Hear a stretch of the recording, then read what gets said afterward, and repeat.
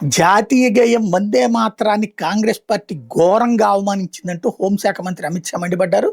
స్వతంత్ర పోరాట సమయంలో వందే మాతరం అనే విప్లవాత్మక నినాదాన్ని ఆలపించినందుకు వేలాది మంది ప్రజలు తుపాకీ గుళ్లను లాఠీ దెబ్బలను ఎదుర్కొన్నారు, జైలు పాలయ్యారు అనేది గుర్తు చేశారు. అట్లాంటి గొప్ప గేయాన్ని అవమానించడం సిగ్గుచేటని ధ్వజమెత్తారు. ఏదైతే ఢిల్లీలోని కాంగ్రెస్ ప్రధాన కార్యాలయంలో జాతీయ గేయాన్ని ఆలపిస్తుండగా ఆ పార్టీ అగ్రనేత సోనియా గాంధీ మధ్యలోనే అడ్డుకున్నారని గుర్తు చేశారు. ఈ నిర్వాకాన్ని ప్రజలంతా టీవీలో చూశారన్నారు.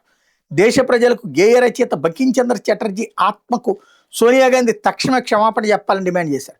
ఇసుమంతైన సిగ్గు మిగిలి ఉంటే చేతులు జోడించి బంకింబాబు ఆత్మకు ప్రజలకు క్షమాపణ చెప్పాలని స్పష్టం చేశారు. ఓటు బ్యాంకు రాజకీయాల కోసం కాంగ్రెస్ పార్టీ వందే మాతరాన్ని మర్చిపోయిందని అమిత్ షా విమర్శించారు. స్వతంత్ర దినోత్సవ వేడుకల్లో వందే మాతరం ఆలపిస్తున్నప్పుడు కాంగ్రెస్ నేతలు సోనియా గాంధీ, రాహుల్ గాంధీ, మల్లికార్జున్ ఖర్గే అగౌరవంగా ప్రవర్తించారని పలువురు బీజేపీ నేతలు కూడా ఈ సందర్భంగా ఆరోపించారు.